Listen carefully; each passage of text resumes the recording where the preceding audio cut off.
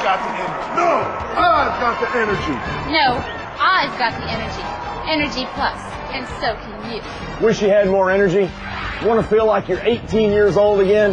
Hi, I'm John Layfield, former WWE World Champion, professional football player, author, and financial news analyst. Whether I'm slamming Wall Street by day or wrestlers by night, Energy Plus gives me the edge.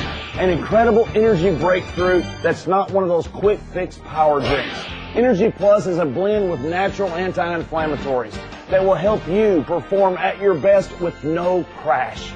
I'm Hall of Famer Wade Boggs. If you want to play like a pro all day, this little 2-ounce shot will put the fun back in your game. I created Energy Plus as my answer to my body getting older and my desire to get back in the ring.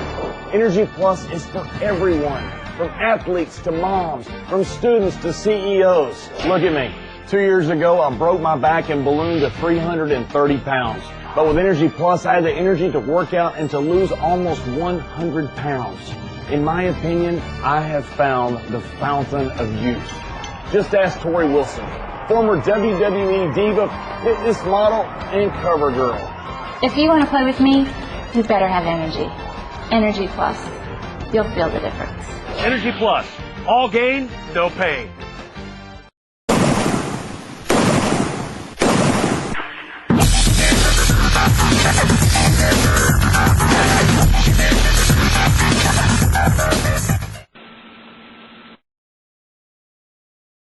Hey, Jonathan, thanks so much for being with us on Stock Shots this morning. Hi, James. Hey, listen, last time you and I talked, basically we were in, I believe it was February. Things were really tough, and you told me then that really the only thing you were looking at was gold. And now we're really beginning to hear the inflation chatter come on. Is gold overdone, or are you still an advocate of buying gold? Well, I think as one part of a portfolio, it continues to make great sense. I think where most people go wrong, James, with gold and with most assets is that, they make it an all or none decision. It's true with gold. It was even true, I think, with stocks back in the middle part of 2008. I've seen a ton of portfolios lately that are, even given the recent rally, wrecks, not because people made, bad picks with stocks or mutual funds or whatever, but that they essentially went in, all or none, balls to the wall, put every dime of their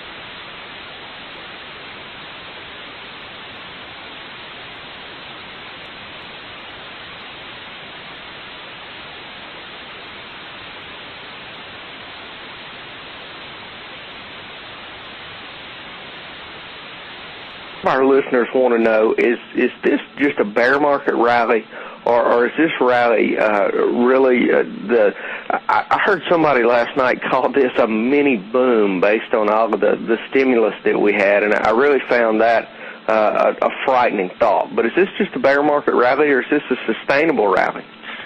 Honestly, James, I don't know. I'm not going to bullshit you and pretend that, I necessarily know what the next 6 months or even 6 years will be like. What comes to mind is the Japan experience and how even 20 years after that market peaked in the early 1990s, it's still, well below its bull market peaks.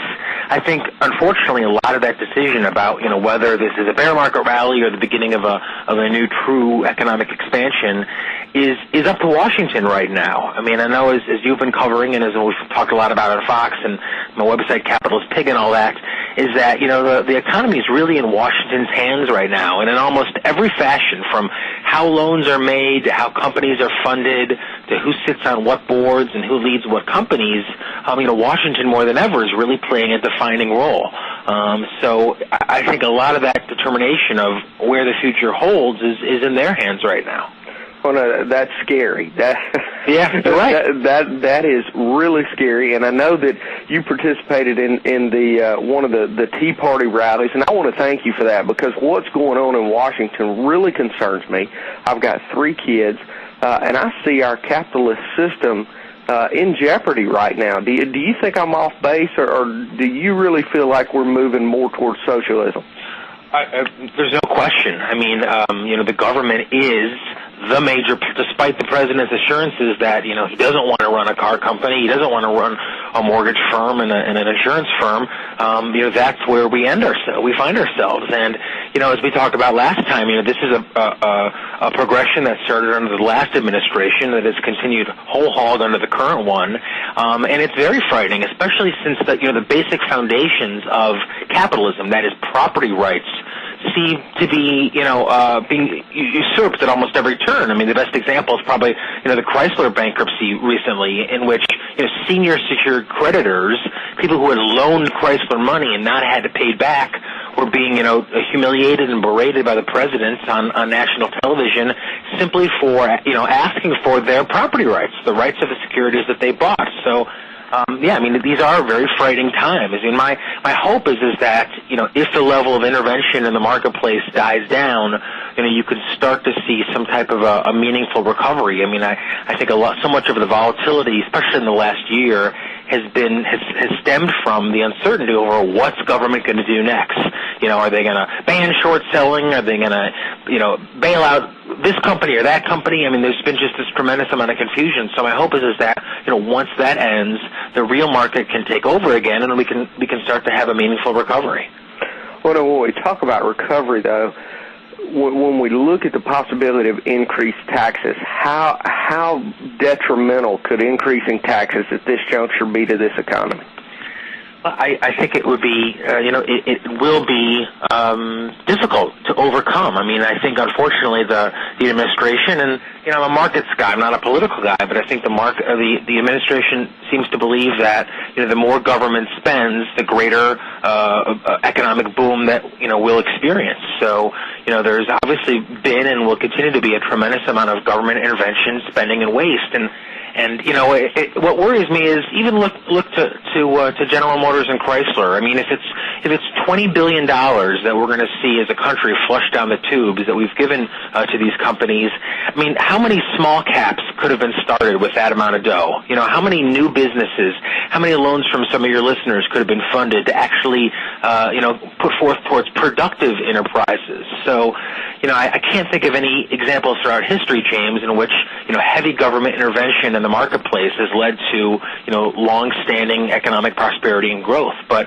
that seems to be the direction in which this country is headed. It's one of the reasons I think that we're starting to see, not only the decline of the dollar, speaking of gold, really start to pick up, but interest rates starting to move, markedly higher. I mean, yields at a yearly high now, and obviously the dollar at a multi-month low. And I think that, in my estimation, probably will be the next shoe to drop, even if equities continue on their upward course.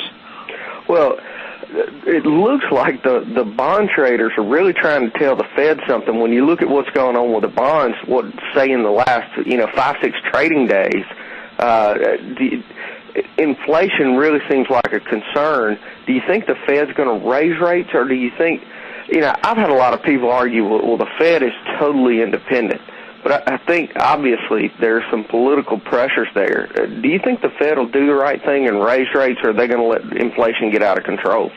I don't, James, honestly, I don't know necessarily what the Fed's next move is going to be, but I think you got to be very careful right now about, putting, especially since, a lot of folks right now are income investors. They're either retired boomers or pre-retired boomers, and they're really looking to stretch their income off their investments. I think you have to be very careful about how that's allocated, especially towards, long-term bonds.